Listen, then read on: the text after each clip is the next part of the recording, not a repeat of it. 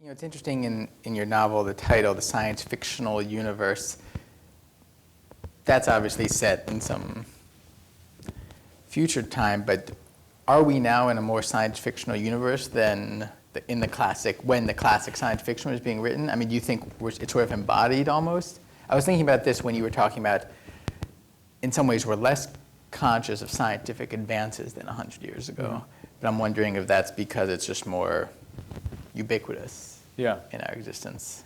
I mean, I definitely think that there's something to that.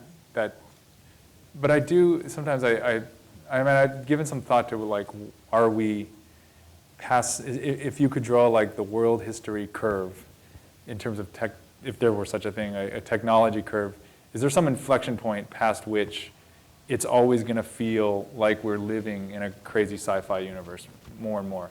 And my one sort of partial stumble on an answer on that is that I think there is. I think we're at a point now that the rate of technology, the pace at which technology advances it moves so fast within a human lifetime that you are now guaranteed to be mystified by what your grandkids are looking at.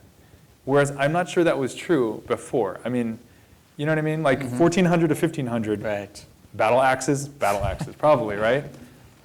1900 to 2000, and then 2000 to 2100. I just think that gap, and then it's just going to get, I assume it's going to get more unless there's an apocalypse. I think there will be, it's going to be worse. Mm-hmm. Yeah, so I can't even imagine what like my kids' kids are going to be using. Are there particular things you're yearning for? Yes, flying car, because I was stuck in traffic yesterday for 2.5 hours. I was late to a book reading, and they desperately need to get to work on that. I mean, don't you feel, I mean, traffic can exist up there too. You think there's going to be no roads in flying cars? No, I just need one for myself. You need one flying car. I don't want any more flying cars.